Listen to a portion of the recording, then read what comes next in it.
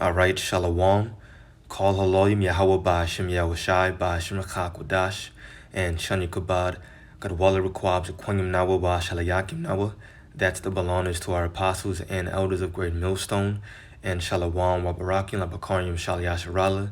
And that's peace and blessings to the elect of Israel. And as always, may a double portion of the Holy Spirit be put upon all the brothers that are still offering your bodies as a living sacrifice, pushing out this word in truth and in sincerity. So this article was written September 1st, so just yesterday, and it's from CNN, right? It's from CNN Politics, and it says, Trump inflames tensions and justifies violence, and there's a reason why. All we're going to do is maybe read the first few paragraphs, because basically, I wanted to bring this out just to show that there's a reason why we say we like Trump. Like, we're not saying that because he's a good dude or we see he has good intentions for America or blah, blah, blah. No, the scriptures talk about how America's going to be destroyed and we have no continuing city. We are in the land of our captivity. So why do we say that we like Trump? It's for this specific reason. In the title, it says Trump inflames tensions and justifies violence. All these things are described in the scriptures, and this is all prophecy that needs to come to pass before righteousness and ultimately the kingdom of heaven is established here on earth. And Trump is used to forward along prophecy. He's being used to forward along prophecy. So first, before we read, we're going to start with this scripture, Matthew chapter 5, and get right to the point. Verse 18 says, For verily I say unto you, till heaven and earth pass, one jot or one tittle shall in no wise pass from the law till all be fulfilled. And that includes prophecies as well. And as a matter of fact, let's go over to the translation comparison. I've actually never looked at this in different Bible versions. So let's see what the NIV says. For truly I tell you, in the NIV, until heaven and earth disappear, not the smallest matter, not the least stroke of a pen will by any means disappear from the law until everything is accomplished. So once again, that even includes prophecies. Everything has to be fulfilled no matter how small it is. And we're going to jump over to the book of Matthew, the 24th chapter, just to go into some of the prophecies that we can expect moving forward, knowing that we're in the end days. But first, let's read this article to see basically how Trump inflames tensions and justifies violence. So the first paragraph says, for Donald Trump's America on Fire campaign strategy to work, he needs violence to boil in cities right up until Election Day, or at least for enough voters, and that's November 3rd, I believe, or at least for enough voters to believe the nation is spiraling into an abyss of chaos and savagery. So he's been using this notion of basically the economy, spiraling, so they say, into chaos and uproars and just bringing about tension for the purpose of him getting reelected. It says that brought the extraordinary spectacle Monday of a president who would by tradition call for calm at a time of civic unrest, justifying violence by his supporters and all but excusing a pro-Trump vigilant who allegedly killed 2 protesters in Kenosha, Wisconsin.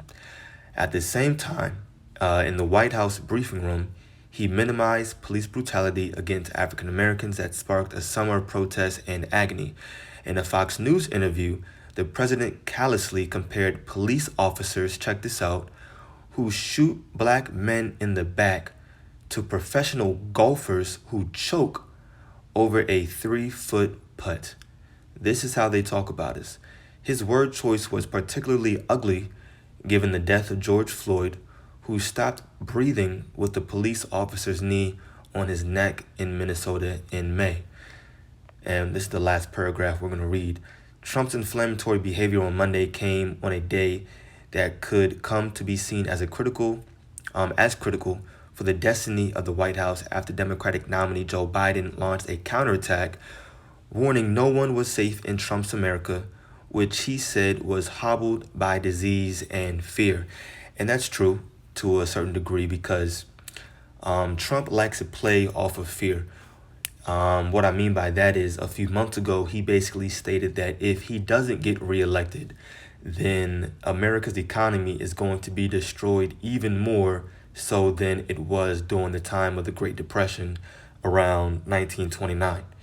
Now, of course, most brothers, we haven't lived through that, but we know how bad of a time that was. People were committing suicide, jumping out of buildings. They lost their businesses, all their jobs, their life savings. Everything was gone. The dollar had crashed. The stock market had crashed. And it was a really, really bad time. And that's basically what Trump is saying could happen if he doesn't get reelected. So he does play off of fear, and he ignites tensions and justifies violence. It's all for the purpose of striving to get him reelected. Now, how, you say? I'm not that deep into his campaign.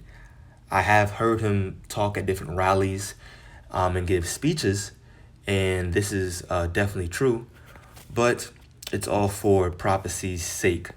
So we like Trump, and we need someone like him to remain in office. I don't know if he's going to get reelected or not, but no matter what, it's in the Lord's hand. This is Proverbs 21, verse 1. It says, "The king's heart is in the hand of the Lord, as the rivers of water, he turneth it whithersoever he will." So no matter what happens, whether Trump gets reelected, whether somebody else gets elected, or whether they just don't even have the elections because maybe something happens leading up to November 3rd. No matter what happens, everything is moving and the entire world is moving for prophecy's sake. The Lord has Trump in the White House as the president right now for a reason. So we like this man. Keep doing what you're doing, my man Trump. This is the book of 2 Esdras 9, starting at verse 1. It says, "He answered me then and said, Measure thou the time diligently in itself. And when thou seest part of the signs pass, which I have told thee before, then shalt thou understand that it is the very same time wherein the highest will begin to visit the world which he made." So we're looking for prophecies to come to pass. The scriptures talk about watching as well as praying. And what are we watching for? We're watching for all the prophecies that the Lord said will be taking place on earth prior to his return. And by watching, that's how we measure the time diligently. So verse 3, it says, "Therefore, when there shall be seen earthquakes and uproars of the people in the world." Uproars of the people is the main point. "Then shalt thou well understand that the Most High spake of those things from the days that were before thee, even from the beginning." And our people haven't been taught how to look, if you will, for the Lord. They haven't been taught of how the Lord described he would be returning. There are signs. Those signs are called prophecies. So if you're watching and you're measuring the time by watching, then you'd understand, okay, uproars of the people is one of those signs / prophecies that the Lord said to look out for prior to his return. Now that we see it, we should well understand that we're living in the time of the Lord's return. We're living in those end days. Now, this was kind of reiterated, well, it was, in the book of Matthew 24 by the Lord, by Yahushua himself. And of course, remember, his disciples came to him as he was sitting on the Mount of Olives. We'll start at verse 3. Matthew 24, verse 3. "And as he sat, that he is Yahushua, upon the Mount of Olives, the disciples came unto him privately, saying, Tell us, when shall these things be? And what shall be the sign of thy coming and of the end of the world?" And this isn't talking about, once again, the end of the entire world and the destruction of humanity. It's referring to the end of this current age that we're living in which the Edomites are ruling. So his disciples were wondering when is going to be the end of this man's rulership. And that's what we're questioning and wondering right now. We know it's soon, we just don't know the exact time or day. But we know that the Most High Yahweh Ba'ashem Yahushai is quickly moving prophecy along, and it's most definitely not tearing right now. So verse 4, and here are the signs. And Yahushai answered and said unto them, Take heed that no man deceive you. For many shall come in my name, saying, I am the anointed, and shall deceive many. And ye shall hear of wars and rumors of wars. See that ye be not troubled.